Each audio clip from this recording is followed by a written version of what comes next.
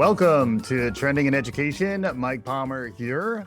I'm very excited today to be joined by Heather Harding, who is the executive director for an organization called Campaign for Our Shared Future. We're going to talk about some of the trends around books and banning books, particularly in K12. That's part of why the Campaign for Our Shared Future was founded. Before we get to any of that, Heather, welcome to Trending in Education. Thank you. Thanks for having me. It's great to have you. And we always start with folks during their first appearance to get a read on your origin story. How did you get to this point in your professional life? Can you catch us up on how you got to this point in your career? Absolutely. And thank you for having me. And thank you for doing a show on this very important subject. So, I like to think of myself as a K-12 girl. I have been working in K-12 for the totality of my career.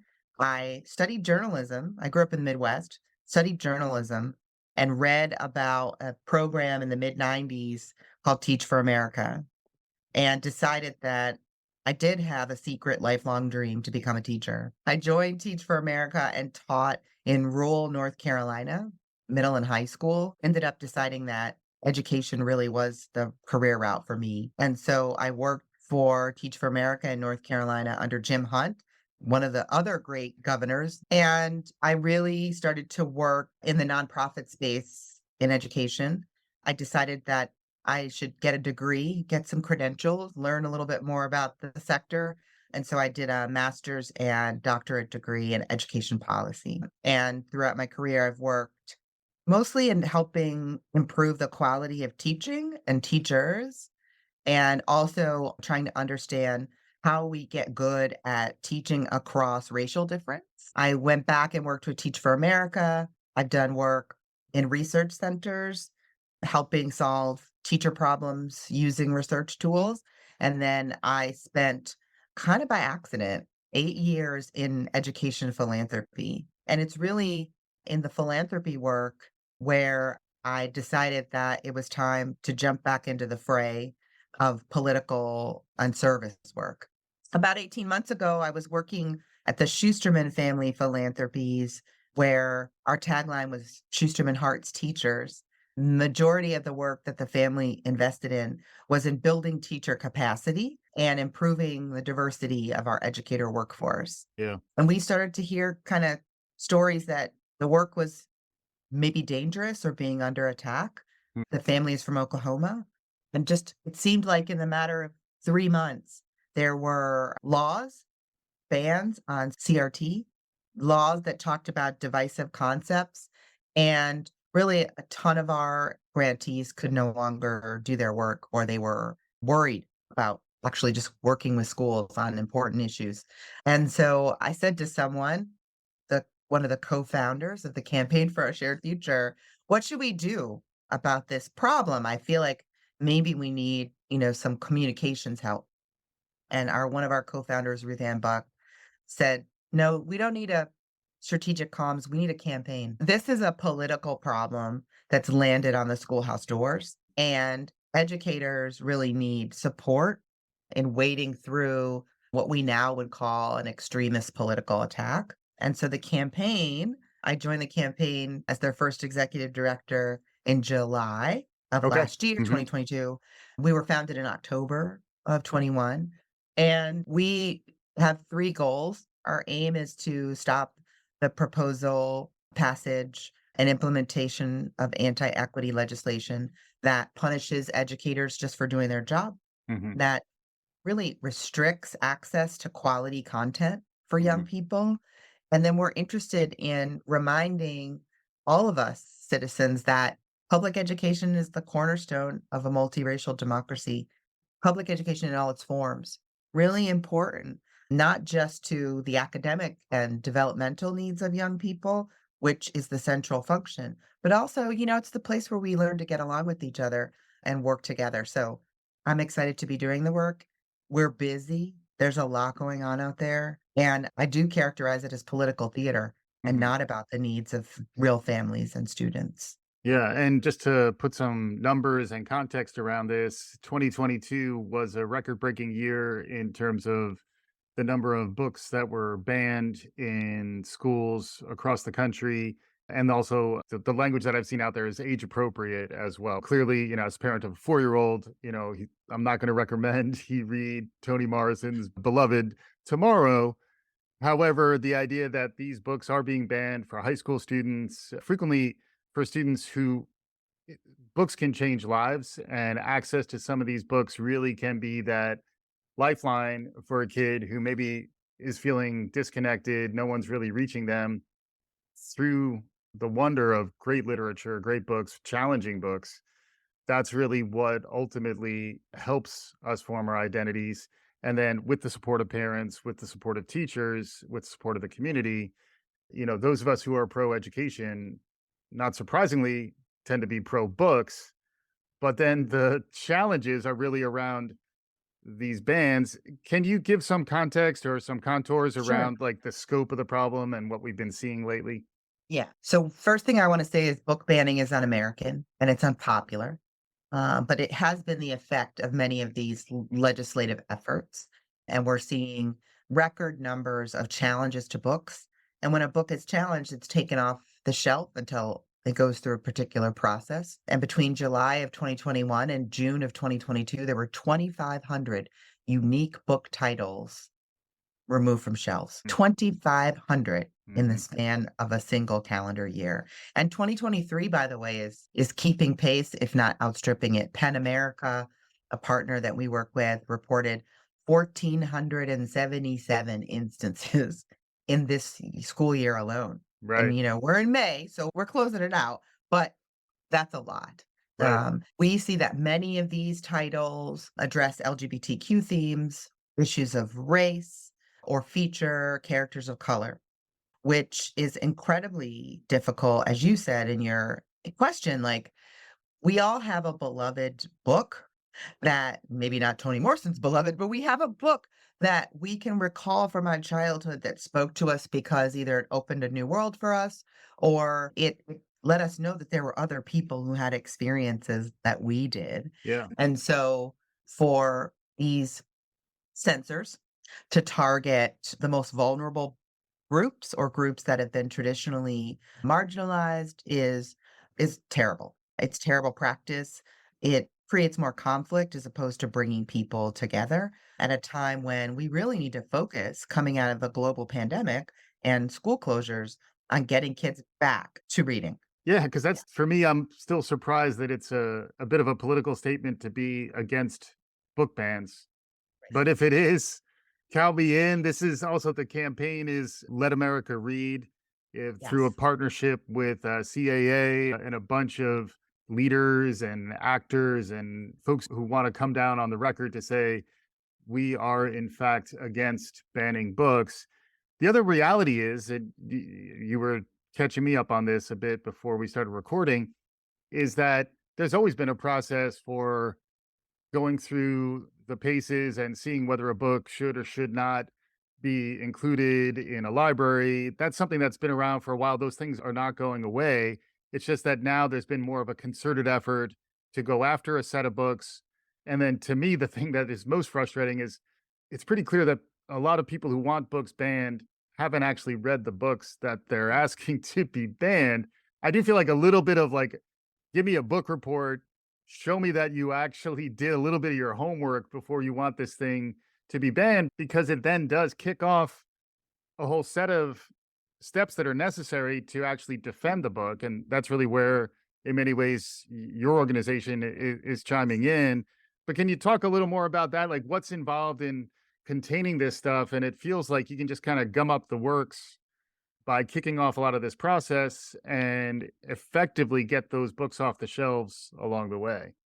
Those are all the features of why I believe this is a politically motivated attack on K-12 education. Mhm. If it were about helping kids read or protecting kids from pornography, we would be engaged in an effort that was more inclusive and more representative of parental concerns. So I think it's a red flag that this is about extremist politicians leveraging fear and the challenges coming out of the global pandemic to move their agenda forward. It's always tricky. So, historically in America, schools have been locally controlled. So it's always tricky because our communities are diverse And so we've got a debate and a spirited debate, hopefully, and Yeah. people are paying attention. But in this case, I believe strongly that there's an extreme minority making decisions for all of us. And so at the campaign, we really tried to pay attention to where the common ground, where the majority of families and students say what they want to see in schools. And so I love the testimony that we've seen out of young people in particular around it's okay for your parent to tell you that book is inappropriate. But if Right. my parent thinks it's okay for me, then I want to have access to it. So we don't want to take access away. Right. You also referenced our Let America Reads campaign, so it's a very exciting opportunity, so I wanna just give some color around it. So, it's an important thing to get the word out about why this might be happening and that it might be happening in your community.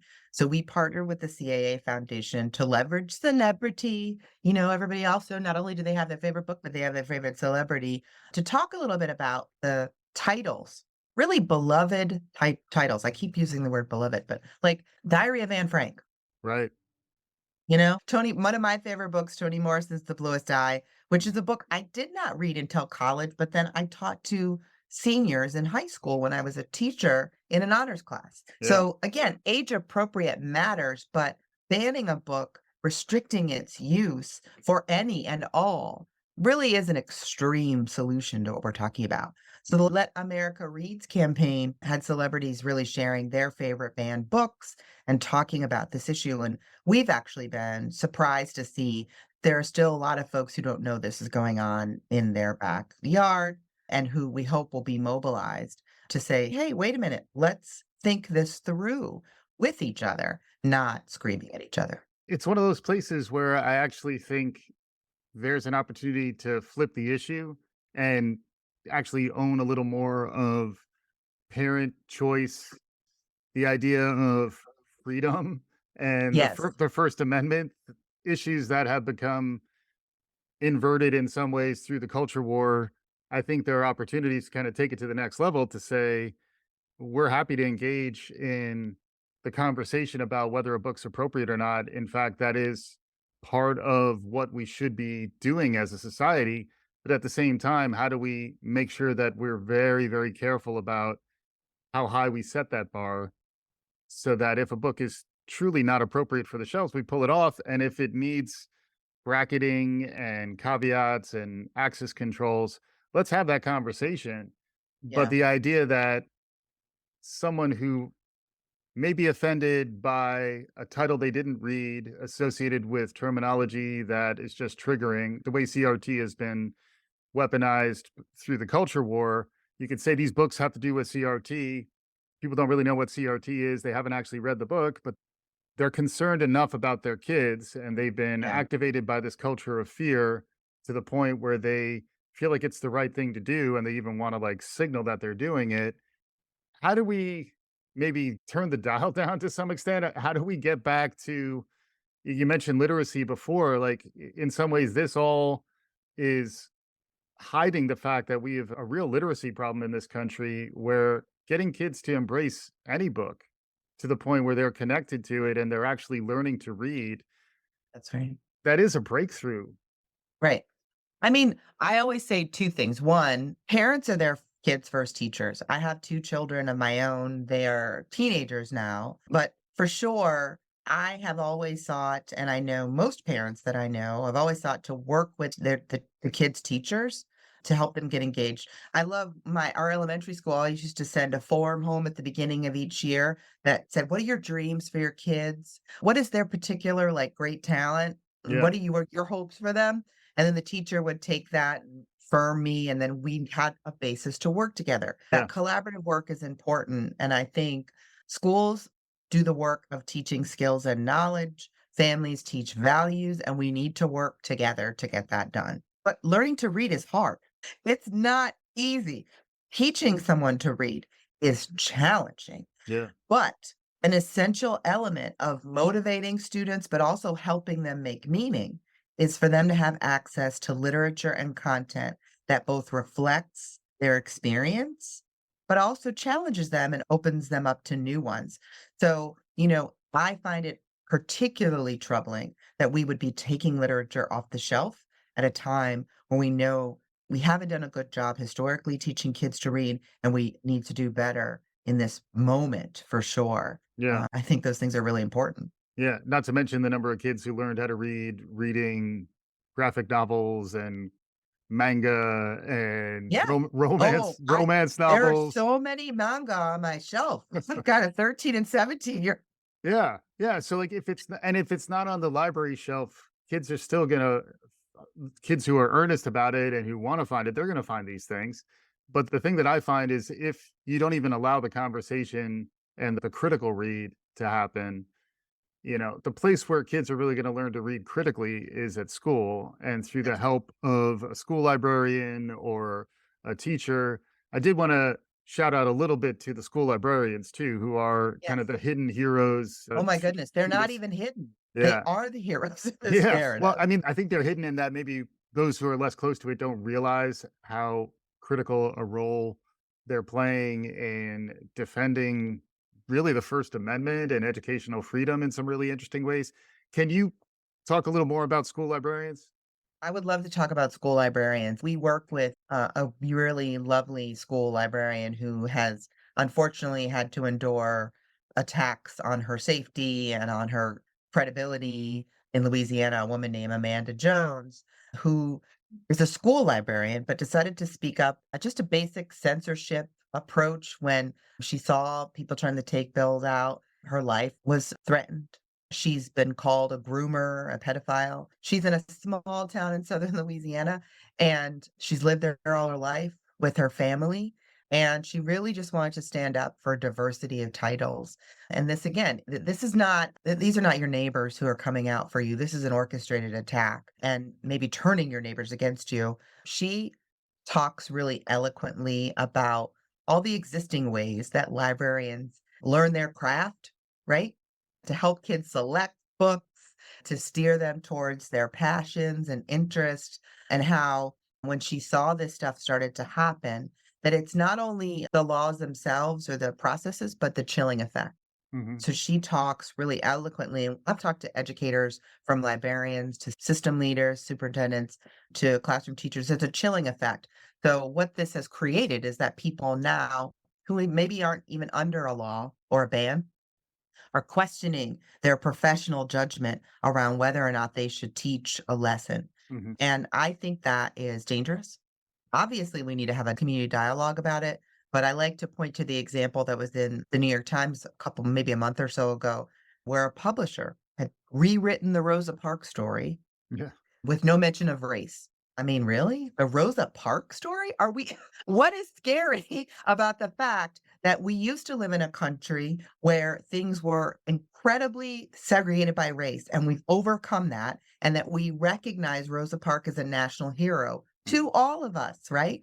That we're in a place where we think we need to strip that story out because it in some way indoctrinates or harms our children. It's a great American story. We should be claiming that. So I think like from the librarian to the classroom teacher, we have to be supporting them in doing their work, allowing them to do their jobs, and encouraging others to be in community with them. Yeah, exactly. And so if folks are interested, the website for this is campaignsharedfuture.org. We'll include it in the show notes for the conversation if you're curious about what Heather's been talking about. And also, I frequently adhere to the what, so what, now what school of communication. So Yes. shout out to Sanal Choksi and Matt Abrams, who I got that from. But the what is book banning. So what is it's happening and we need to prevent it and really learn how to fight against it and put the right messaging back out there to kind of counter some of these attacks. So the now what? What do we do? And I know Yes. that's kind of why the campaign exists. So what do you recommend folks do if they're activated about this? Get involved, go vote, go run for school board. Mm. So, one of the things our campaign has seen as the best offensive message is when local communities, folks who have experience with schools, run for school board. Your local school board makes most of the policy decisions around this issue, and they need to, one, hear from community members about why banning books is not the way forward. Mhm. So go out. I know it can seem scary, but going out and just reminding people of why you believe in open access to literature is an important thing, but also run for school board. If you've had an experience of a great education, or if you have had an experience of a bad education, you serving in that role is really important. At the campaign, we're excited because in 2023, it's the year of the school board. There are almost 30,000 open school board seats, that will be elected this year, and so it's really gonna be an important and pivotal role, and they make all most of the decisions around curriculum and finances, etcetera, so it's important that we have folks in those seats who understand how important public education is to the democracy. Yeah, that's great. And frequently folks don't get as activated in off years, but I do like the idea That's of right. saying if you care about education, the off years, the 2023 rather than 2024, where we know education is going to be a national topic, That's right. it would be something that's discussed as part of the presidential election. But right now, more at a local level, which is where a lot of this stuff is happening, it's time to get out ahead and start thinking about how you might be able to contribute, make a difference. And then the actual campaign, what's the nature of that? What are you asking folks to do around Let America Read? So Let America Read, you can use the hashtag and put up a picture of your favorite book. Many of the celebrities that have been in the thing, basically they do a video that shares why they love the book, note that it's been banned or removed from shelves, and then you can go to our website, letamericaread.org, that will help you identify organizing in your local area and different organizations that you can help support. Again, your shout out to the librarians is a meaningful and useful one. American Library Association, our organization, and Pen America all trying to push back against these kind of bans, and so you can donate as well. Yeah, I'm starting to think a bumper sticker, have you supported your local librarian today? I Something love it. like that, something just to give him a little bit of shine. The other thing before we wrap, we'll do some concluding thoughts from you in a bit. But before we get to that, I always like to ask guests for advice for other folks, maybe earlier in their career, folks who are trying to understand where the world of education is going and how they can kind of chart a Mm, path professionally through it. You're someone who's really kind of thrived in that capacity. I'd love to get some thoughts from you around what have you noticed? What have you observed? Any recommendations for folks? I always love to work with people who inspire me, and so across the various organizations that I've worked for, I love to gravitate towards a great leader. I think that's important. I think if I weren't fighting this fight, I'd be really interested in how we're going to solve the crisis of the design of high school. I have a 17-year-old, I have a 14-year-old who's gonna be a freshman next year, and the high school model is really outdated. They will have so much access to knowledge through the internet, Mm, and they're connecting through social media, and I know that, there's been a lot of talk this year about AI, but honestly, we just don't leverage any of those tools well at the high school level, and so I'm waiting for somebody to shake that up and make it happen for really the bulk of children. And this is an interesting thing in this book banning and censorship fight and attack on K-12. The truth is that young people have access to all the information in their phones and in their hands. yeah. And, they are politically engaged, and we should stop ignoring them and let them build some power. I think the experiences of 18 to 22-year-olds are the most instructive, particularly if you're sitting in elected office and you want to understand what is the right thing to do. Listening to what students say about what worked for them and got them Mhm. ready for college and career is important. Yeah. I always joke about how far we make it into an episode without talking about AI, and I didn't bring it up. So thank you. I was thinking we might actually make it through this episode. But now that you mentioned it, the other dimension that I've heard as it relates to AI and some of that capability is the way even people learn how to read. There is the whole books movement, which is to teach Right. literacy through the context of the entire book. There's Right? also shout out to my wife who introduced me to the container problem, which is the idea that people understand components and passages, they understand little pieces of things. They don't understand how the whole thing fits Mm. together.